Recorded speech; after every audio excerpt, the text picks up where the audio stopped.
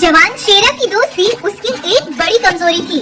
राजू के लिए शेरा कुछ भी कर सकता था, लेकिन अचानक आज उसके गुम हो जाने पर शेरा उसे पागलों की तरह इधर उधर ढूंढ रहा था। राजू, राजू, कहाँ हो तुम राजू? उसे ढूंढते ढूंढते कब वो दुश्मनों की बनाई भीड़ों में उलझने वाला था, उसे खुद भी मालूम नहीं था। तुम जिसकी तलाश में हो, अगर तुम जल्द से जल्द उस तक ना पहुँचे तो उसे मार दिया जाएगा। यहाँ से थोड़ी दूर चलकर दाएं हाथ की तरफ मुड़ जाना, तुम्हारा दोस्त राजू तुम्हें वहीं मिलेगा। शेरा बहुत तेजी से दौड़ा और उस जगह तक पहुँच गया। राजू, बाहर आओ, कहाँ पर हो तुम? शेरा को लग रहा था कि वो आसानी से यहाँ से चला जाएगा, लेकिन शायद ही उसकी जिंदगी में एक तूफान था। अटाली के सारे सिपाही बाहर निकल कर आए और शेरा को पूरी तरह घेर लिया। लेकिन ये अटाली बाग कौन से दुश्मनी निभा रहा है? तो चलिए आज से 10 दिन पीछे। दरअसल शेरा के बाप जवान शेर खान में एक बड़ी योग्यता थी कि जब भी जंगल में कुछ गलत होने वाला होता था या कोई बड़ी मुसीबत आने वाली होती थी, वो शेर खान को पहले ही उसके सपने में दिख जाती थी और शेर खान पहले ही उस मुसीबत का समाधान निकाल लेता था। और यही कारण था कि पिछले 30 सालों से शेर खान को ही हर बार जंगल का राजा चुना जाता था। लेकिन अटाली बाग, जिसका जंगल शेर खान के ठीक पीछे था, उसका बस एक ही उद्देश्य था कि वो शेर खान को उसके जंगल के जानवरों के सामने गलत साबित कर सके और एक दिन उसे खत्म कर दे और अपना राज चलाए। एक बार शेर खान जब अपनी पत्नी और बेटे शेरा के साथ गुफा पर सो रहा था, तो उसने अपने सपने में न जाने क्या देखा और वो बहुत तेजी से हड़बड़ा कर उठा। क्या हुआ शेर खान, आज भी कुछ गलत देखा? जिसको मैंने आज सपने में देखा वो सब कुछ खत्म कर देगा। यह कहकर रात के अंधेरे में ही शेर खान निकल गया और एक बहुत बड़ा भारी बक्सा लेकर आया। शेर खान ने उस बक्से को एक खुफिया गुफे में रखकर छिपा दिया और गुफा को बंद कर दिया।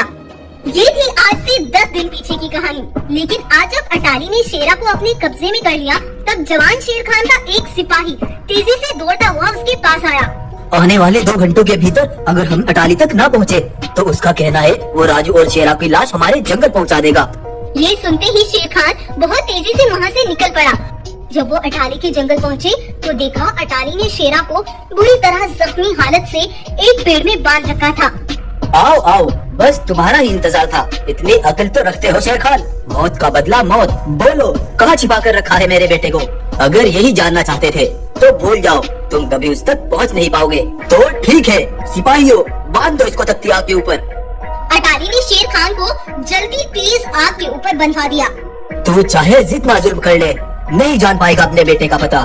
मैं जान से गया तो एक जान जाएगी, लेकिन तेरा बेटा अगर आजाद हो गया तो शायद एक भी जानवर जिंदा नहीं बच पाएगा। मरने का बड़ा शौक है ना तुझे? जिनसे तूने आज तक इतनी इज्जत कमाई, वही तेरी प्रजा तुझ पर थू थू करेगी। तुझे उनके सामने ही मारूंगा। तब वो घसीटता हुआ शेर खान को लेकर चल दिया। सिपाही शेरा को जान से मारकर अटाली के साथ चले जाते हैं। जब अटाली शेर खान को यूं घसीटता हुआ लाता है तो जानवर घबरा जाते हैं। ये महाराज शेर खान के साथ इतने सारे सिपाही, जरूर ये कुछ बड़ी बात है। क्यों महाराज को ला रहा है? आज तक तुम सबको ये अंधेरे में रखता आया है। ये तुम्हारे साथ एक बड़ी चाल चल रहा था। क्या तुम सबके बच्चे भी कुछ दिनों से गायब हो रहे थे? हाँ, लेकिन ये तुम्हें कैसे पता? क्योंकि उन बच्चों को किसी शिकारियों ने नहीं, बल्कि इस शेर खान ने छिपा कर रखा है। मेरा बेटा भी इसी की कैद में है, लेकिन इसने उसे कहीं अलग छिपा कर रखा है। सच्चाई अब तुम सब अपनी आंखों से देख लेना। आओ मेरे साथ। अटाली के सिपाही शेर खान को पिंजरे में कैद कर देते हैं और अटाली उन सबको लेकर शेर खान की गुफा पर पहुंचता है। वहाँ वो देखते हैं छोटे छोटे मासूम बच्चे बुरी तरह जख्मी हालत में एक दूसरे के ऊपर पड़े हुए थे। जानवर ये सब जब अपनी आंखों से देखते हैं तो गुस्से से आग बबूला हो जाते हैं। जिसको हमने आज तक अपना सब कुछ माना, सर का ताज बना के रखा, वही हमारे मासूम बच्चों का कातिल बन गया। ऐसे जालिम को जिंदा रहने का कोई अधिकार नहीं। तब शेर खान को पिंजरे से निकालकर सबने उस पर पथराव करना शुरू कर दिया। शेर खान बुरी तरह से जख्मी हो चुका था। उधर शेरा अपनी जिंदगी की आखिरी सांसें गिन रहा था। एक बेटा अपनी माँ से वादा करता है, सालों से कमाई उनकी इज्जत और मान को लेकर मैं जरूर वापस लौटूंगा। ये मेरा वादा है। शेरा ये बोल ही रहा था कि तभी उसका दोस्त राजू उसे ढूंढता हुआ यहाँ तक पहुँच गया। दोस्त, ये सब तुम्हारे साथ किसने किया? बताओ मुझे, कौन है वो? ये सब पूछने का समय नहीं है भालू। अटाली के सिपाही किसी भी वक्त यहाँ पहुँचते होंगे। तुम शेरा को लेकर बहुत दूर चले जाओ।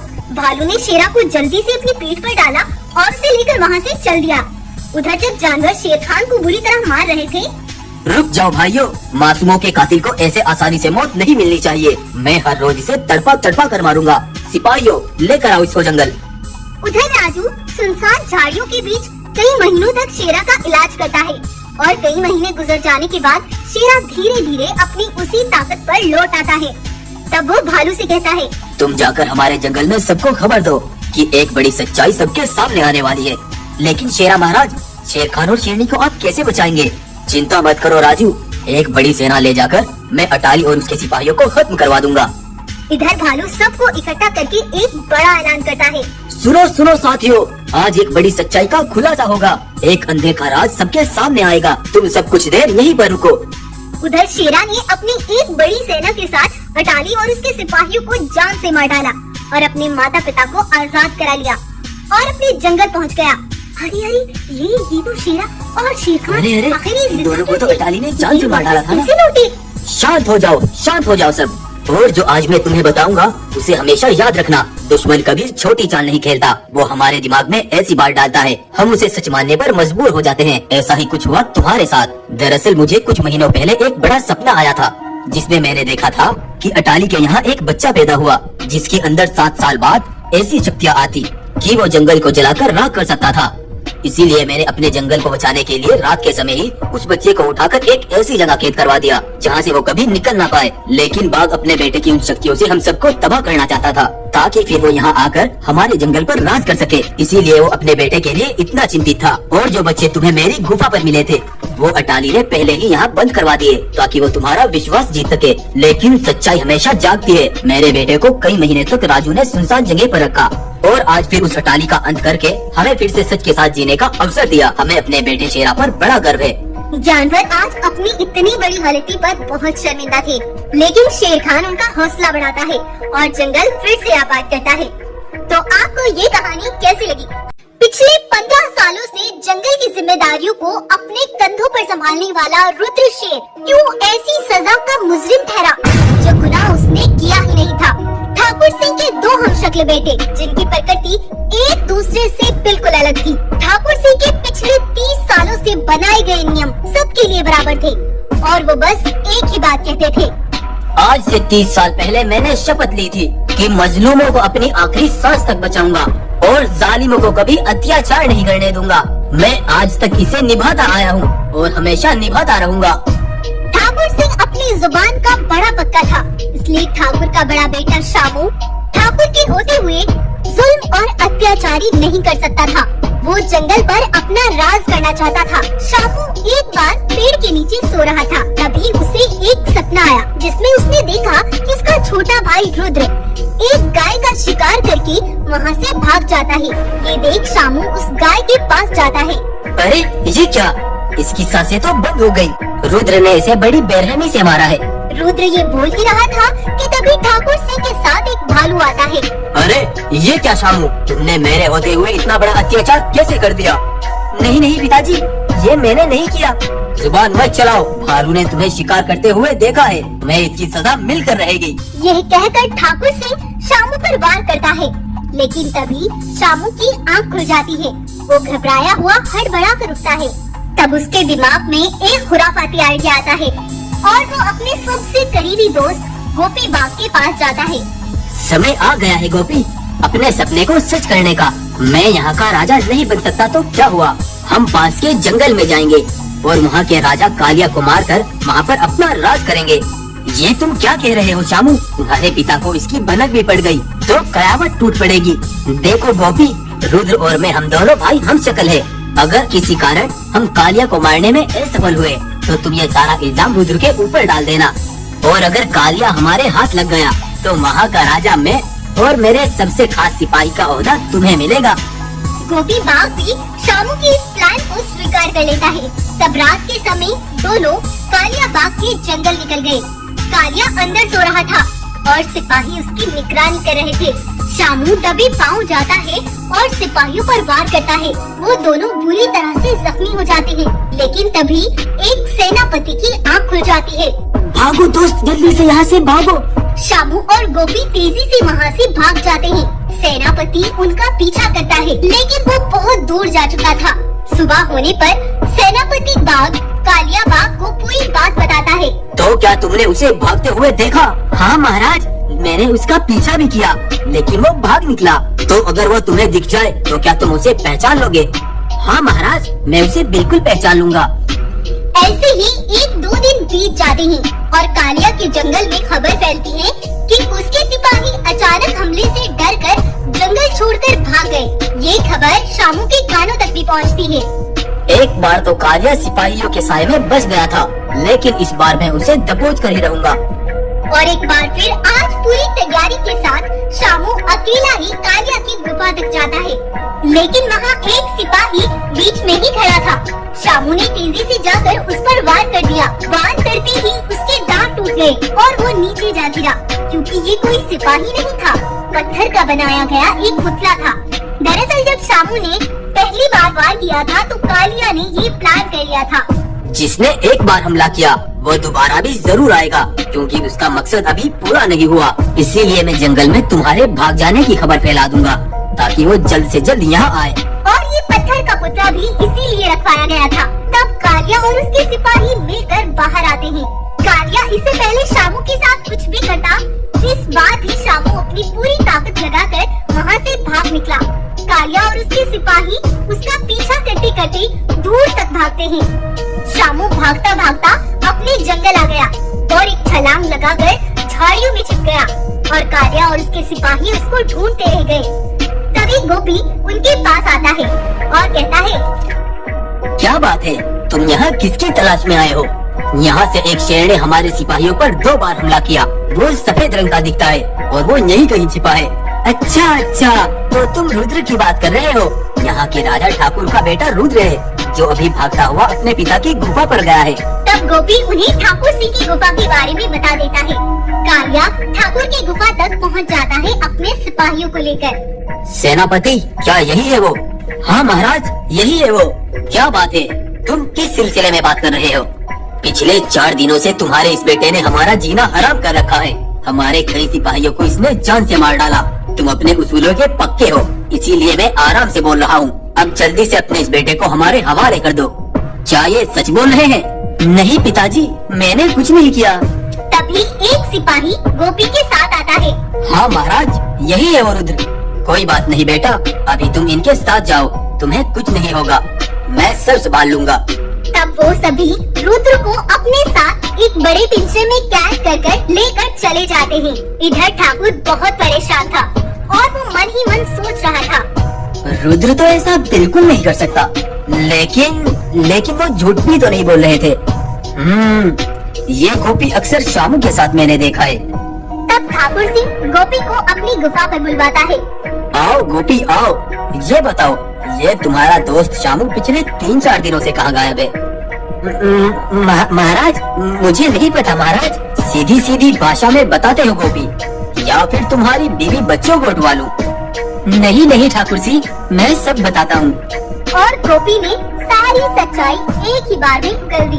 और महाराज, शामू आजकल उसी खुफिया जगह के पास रहता है। तुम्हें तो मैं बाद में देख लूंगा, अभी एक बेगुनाह को मुझे बचाना होगा। तब ठाकुर सिंह तेजी से दौड़ता भागता शामू तक जाता है और उसे घसीटता कालिया के जंगल तक ले आता है। कालिया ने रुद्र को एक तोप में बांध रखा था और वो उसे उड़ाने ही वाला था कि तभी ठाकुर वहाँ पहुँच जाता है। रुक जाओ कालिया, तुम एक बेगुनाह को सजा देने जा रहे हो। तुम्हारा असली मुजरिम रुद्र नहीं, शामू है। रुद्र का हम शक्ल शामू देखकर सभी सिपाही भी अचंभे में पड़ गए। शामू मेरा बड़ा बेटा है, लेकिन ये इतना बड़ा गद्दार निकलेगा, कभी मैंने गुमान भी नहीं किया था। लेकिन अब इसे सजा तुम नहीं, मैं दूंगा। नहीं, मुझे छोड़ दो, मुझे माफ कर दो। गलती की माफी होती है शामू, गद्दारी की नहीं। तुम्हें सजा जरूर मिलेगी। तब ठाकुर सिंह ने अपने बड़े बेटे शामू को तोप से उड़ा दिया और तेजी से ब्लास्ट होकर शामू का वही अंत हो गया। और आज भी ठाकुर ने अपनी ली गई शपथ को जिंदा रखा। तो आपको आज की हमारी ये स्टोरी कैसी लगी, हमें कमेंट करके जरूर बताएं। अगर कहानी आपको पसंद आई है, जंगल का राजा राधे अपने सिपाहियों और सभी जानवरों के साथ जंगल के बीच खड़ा था। तभी वहाँ पर रघु शेर अपनी पत्नी गोल्डन शेरनी के साथ आता है। सुनो जंगल वासियों, मैंने अपने पूर्वजों से सुना है, जो सोने का जानवर खाता है वो कभी कमजोर और बूढ़ा नहीं होता। इसीलिए मैंने रघु की पत्नी को यहाँ बुलाया है। और अगर शेरनी तुमने यहाँ से भागने की कोशिश की तो अपने सिपाहियों से मैं इन सभी मासूम जानवरों को मरवा डालूंगा। नहीं, तुम ऐसा कुछ नहीं करोगे। मैं मरने के लिए तैयार हूँ। शेरनी सभी जानवरों की खातिर अपनी जान दे देती है। रघु वापस लौट रहा था, तभी रास्ते में उसे अपना बेटा खड़ा मिलता है। मैंने तुम्हें गुफा पर रहने को बोला था, तो तुम यहाँ क्या कर रहे हो? तुम बुझदिल हो पिताजी, तुमने मेरी माँ को अपने सामने मरते देखा। मैं तुमसे कभी बात नहीं करूँगा। वीरू अपने पिता से नाराज हो जाता है और वो कई दिनों तक कुछ भी नहीं खाता और पिता से बात भी नहीं करता। तो ठीक है वीरू, तुम्हें तुम्हारी माँ मिल जाएगी, तुम चिंता मत करो। लेकिन वो कैसे? बस तुम खुद देख लेना। रघु अपने बेटे की खातिर दूसरी शादी कर लेता है। देखो भानवी, मुझे अपने बेटे को खुश देखना है। तुम्हें ये नकली खाल पहननी होगी ताकि वीरू को लगे ये मेरी असली माँ है। ठीक है महाराज, मैं ऐसा ही करूँगी। और फिर जब वीरू अपनी माँ की खाल में भानवी को देखता है तो खुशी से फूला नहीं समाता। माँ, पिताजी ने ठीक बोला था, तुम वापस जरूर आओगी। मुझे तुम्हारी बहुत याद आई माँ। वीरू अपनी माँ के साथ खुशी से भोजन करता है, जंगल की सैर करता है और पहाड़ों के बीच नदी में बहुत मजे से घूमता है। जब कुछ दिन ऐसे ही गुजरते हैं तो भानवी बहुत परेशान आ जाती है और वो खाल उतार देती है। मैं ये ड्रामा और नहीं कर सकती। एक बच्चे के खातिर मैं अपनी जान को जोखिम में क्यों डालूं? वीरू ये सब वहीं खड़ा देख रहा था। एक बार फिर से वीरू को बड़ा झटका लगता है। तो तुम मेरी असली माँ नहीं हो, तुमने ये सब पिताजी के कहने पर किया है ना? हाँ, नहीं हूँ मैं तुम्हारी माँ। तुम्हारी वजह से ही मुझे ये सब करना पड़ा। निकल जाओ यहाँ से। भानवी उससे लड़कर उसे वहाँ से भगा देती है। रघु भानवी को जब खाल को उतारे खड़ा देखता है तो वो परेशान हो जाता है। ये तुम क्या कर रही हो? वीरू ने अगर देख लिया तो मसला हो जाएगा। मैंने उसे सब बता दिया है, मैं ये और नहीं कर सकती। और तुम्हारे लाडले बेटे को भी मैंने यहाँ से भगा दिया। उधर वीरू रोता हुआ ये जंगल छोड़कर जा रहा था। उसने सबसे दूर रहने का सोच लिया था। वो चलता हुआ एक ऐसे जंगल पहुँच गया जहाँ उसके जैसे बच्चों को एक बूढ़ा शेर कुछ सिखा रहा था। वीरू उनके पास जाता है। अरे सुनो भाई, ये सबको यहाँ क्या सिखा रहे हैं? यहाँ पर सबको जंगल में लड़ने के तौर तरीके, दुश्मन की चाल को समझने के गुण सिखाते हैं। फिर वीरू उनके साथ ही मिलकर रहने लगा। वक्त कैसे बीत गया पता ही नहीं चला। वो सब बच्चे और वीरू बड़े और जवान हो गए। वीरू उन सब में बहुत होशियार और निडर था। सुनो मेरे प्यारे बच्चों, जैसे मैंने पहले ही बताया था, जो भी सबसे ज्यादा होशियार और बहादुर होगा वही तुम्हारा राजा बनेगा। तो तुम्हारा राजा वीरू है और आज से तुम वीरू की हर बात मानोगे। सभी शेरों की डोर अब वीरू के हाथ में आ गई थी। सुनो भाइयों, मैंने बचपन में कसम खाई थी कि अपनी माँ के हत्यारे को जान से मार कर रहूंगा और अब मैं उससे बदला लेने जा रहा हूँ। जो मेरे साथ चलना चाहता है वो चल सकता है। वीरू के साथ सभी शेर चल देते हैं और वीरू अपने असली जंगल पहुँच जाता है। वीरू को देख जंगल में खलबली मच जाती है। सुनो सुनो सुनो, रघु का बेटा वीरू एक बड़ी सेना के साथ जंगल लौट आया है। लगता है आज उस राधे का अंत आ गया है। वहीं वीरू राधे की गुफा पर पहुंचता है। राधे इतनी बड़ी सेना देख घबरा जाता है।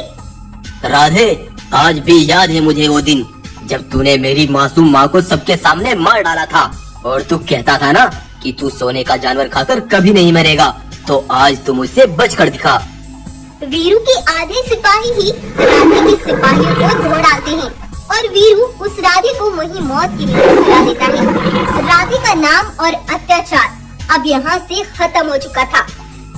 अगले दिन वीरू के पास उसके पिता आते हैं। बेटा, तूने आज सभी जानवरों के दिलों का डर खत्म कर दिया है। सब तुझसे बहुत खुश है और मैं भी। मैं हमेशा तुम्हारे साथ हूँ। पिताजी, आप कहाँ जा रहे हैं? क्या हुआ वीरू, तुम किससे बातें कर रहे हो? मैं अपने पिताजी से बात कर रहा था। वो पता नहीं यहाँ से क्यों चले गए। तुम्हारे पिता तो आज से 5 साल पहले ही मर गए थे बेटा। इतना बड़ा गम वो सहन नहीं कर पाए थे। वीरू को यह सुनकर बड़ा झटका लगा। वो बिल्कुल अकेला रह गया था और फिर वो अकेला ही अपने जंगल की रक्षा करता है। तो ये कहानी आपको कैसी लगी हमें कमेंट करके जरूर बताएं। अगर कहानी आपको पसंद आई है तो लाइक, शेयर और सब्सक्राइब करना ना भूलें।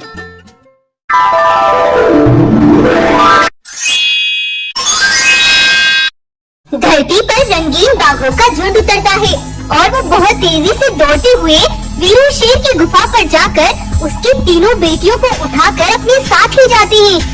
कुछ देर बाद वीरू जब गुफा पर आया तो अपनी बेटियों को वहाँ ना पाकर वो बहुत परेशान हो गया। तभी कुछ जानवर तेजी से दौड़ते हुए वहाँ आते हैं। महाराज, हमने अभी देखा था कुछ देर पहले यहाँ पर कुछ रंगीन बाघ आए थे और वही तुम्हारी तीनों बेटियों को उठाकर ले गए हैं महाराज।